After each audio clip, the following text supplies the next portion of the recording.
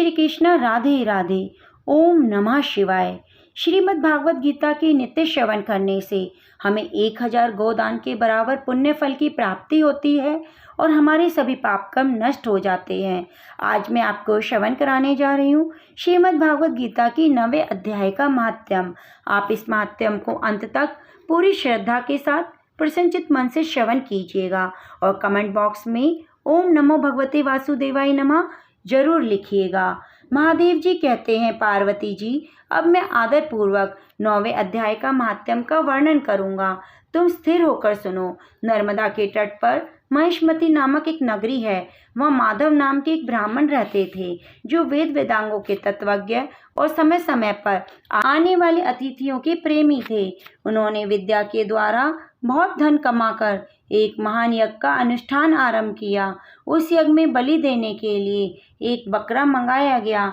जब उसके शरीर की पूजा हो गई तब सबको आश्चर्य में डालते हुए उस बकरे ने हंसकर ऊंचे स्वर से कहा, ब्राह्मण, इन बहुत से यज्ञों द्वारा क्या लाभ है? इनका फल तो नष्ट हो जाने वाला है और ये जन्म जरा मृत्यु के कारण भी हैं। ये सब करने पर भी मेरी जो वर्तमान दशा है इसे देख लो। बकरे के इस अत्यंत कौतूहलजनक वचन को सुनकर यज्ञ मंडप में रहने वाले सभी लोग विस्मित हो गए। तब वे यजमान ब्राह्मण हाथ जोड़कर अपलक नेत्रों से देखते हुए बकरे को प्रणाम करके श्रद्धा और आदर के साथ पूछने लगे।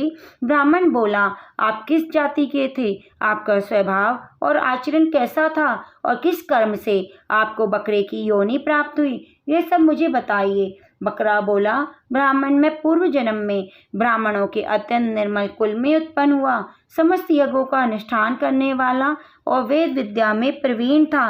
एक दिन मेरी स्त्री ने भगवती दुर्गा की भक्ति से विनम्र होकर अपने बालक के रोग की शांति के लिए बलि देने के निमित्त मुझसे एक बकरा मांगा।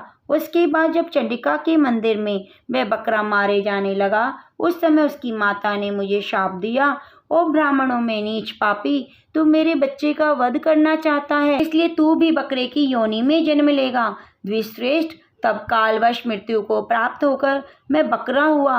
यद्यपि मैं पशु योनि में पड़ा हूँ तो भी मुझे अपने पूर्व जन्म का स्मरण बना हुआ है। ब्राह्मण, यदि आपको सुनने की उत्कंठा हो तो एक और भी आश्चर्य की बात बताता हूँ। कुरुक्षेत्र नाम का एक नगर है जो मोक्ष प्रदान करने वाला है। वहाँ चंद्र शर्मा नामक एक सूर्यवंशी राजा राज्य करते थे। एक समय जबकि सूर्य ग्रहण लगा था, राजा ने बड़ी श्रद्धा के साथ काल पुरुष का दान करने की तैयारी की। उन्होंने वेद वेदांगों के पारगामी एक विद्वान ब्राह्मण को बुलवाया और पुरोहित के साथ तीर्थ के पावन जल से स्नान करने को चले। तीर्थ के पास पहुंचकर राजा ने स्नान किया और 2 वस्त्र धारण किए।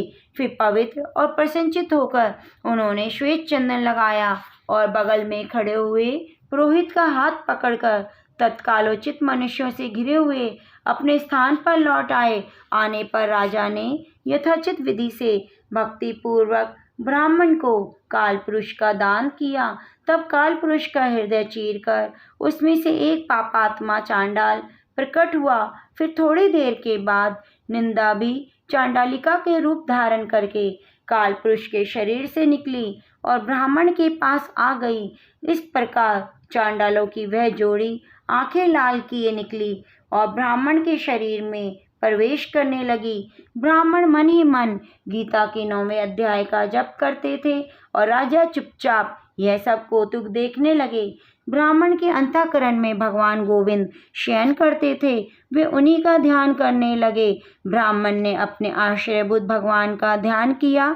उस समय गीता के अक्षरों से प्रकट हुए विष्णु दूतों द्वारा पीड़ित होकर वे दोनों चांडाल भाग चले। उनका उद्योग निष्फल हो गया। इस प्रकार इस घटना को प्रत्यक्ष देखकर राजा के नेत्र आश्चर्य से चकित हो उठे। उन्होंने ब्राह्मण से पूछा, विप्रवर, इस महाभयंकर आपत्ति को आपने कैसे पार किया? आप किस मंत्र का जप और किस देवता का स्मरण कर रहे थे? वह पुरुष और वह स्त्री कौन थी? वे दोनों कैसे उपस्थित हुए? फिर वे शांत कैसे हो गए?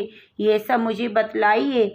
ब्राह्मण ने कहा, राजन, चांडाल का रूप धारण करके भयंकर पाप ही प्रकट हुआ था।